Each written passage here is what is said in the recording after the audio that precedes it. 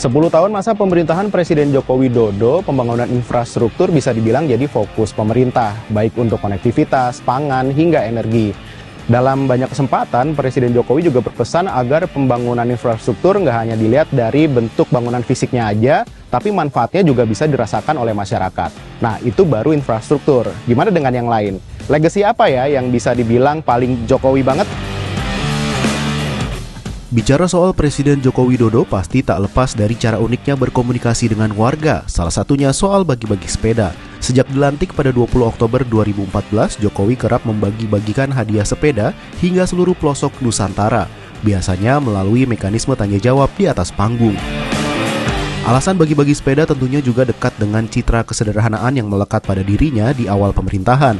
Kepala Sekretariat Presiden saat itu, Darmansyah Jumala, menyebut berdasarkan cerita sang presiden ada dua alasan memilih sepeda sebagai hadiah. Pertama, sepeda adalah alat transportasi yang sehat karena bebas polusi dan sekaligus sarana olahraga. Kedua, sepeda termasuk kendaraan yang merakyat dan bisa digunakan semua kalangan.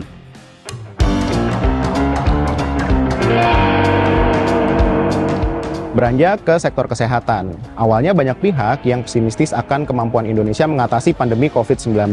Nggak sedikit juga yang memprediksi bahwa pelaksanaan vaksinasi COVID-19 di Indonesia bakal selesai dalam jangka waktu 10 tahun. Menjawab tantangan ini, Presiden Jokowi hingga jajarannya intens melakukan lobby ke negara maupun produsen vaksin. Hasilnya, Indonesia termasuk beruntung bisa menjadi negara yang bisa mengamankan akses dan pasokan vaksin COVID-19. Vaksinasi pun bisa terlaksana secara cepat dan masif, bahkan menempatkan Indonesia di peringkat 5 dunia. Nah, maka nggak berlebihan jika hal ini dinilai sebagai keberhasilan diplomasi vaksin ala Jokowi.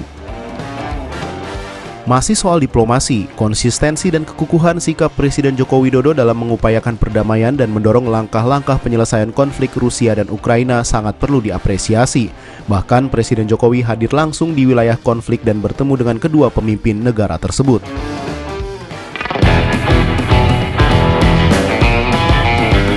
Balik lagi ke dalam negeri, masih ingat tragedi mudik 2016 di pintu keluar tol Brebes Timur? Tragedi yang dikenang sebagai Brebes Exit atau Brexit ini merenggut nyawa belasan pemudik, sekaligus menjadikan mudik 2016 sebagai yang terburuk. Namun nggak butuh waktu lama bagi Presiden Jokowi untuk menuntaskan masalah tersebut. Pada 2018, tol Trans Jawa resmi beroperasi penuh dari Jakarta hingga Pasuruan, Jawa Timur. Bahkan sejatinya tol ini dipersiapkan hingga Banyuwangi. Proyek tol yang dicicil sejak 1980-an ini akhirnya bisa dirasakan oleh seluruh masyarakat. Selain itu, pembangunan infrastruktur jalan juga dilakukan di wilayah lain seperti Sumatera dan Papua.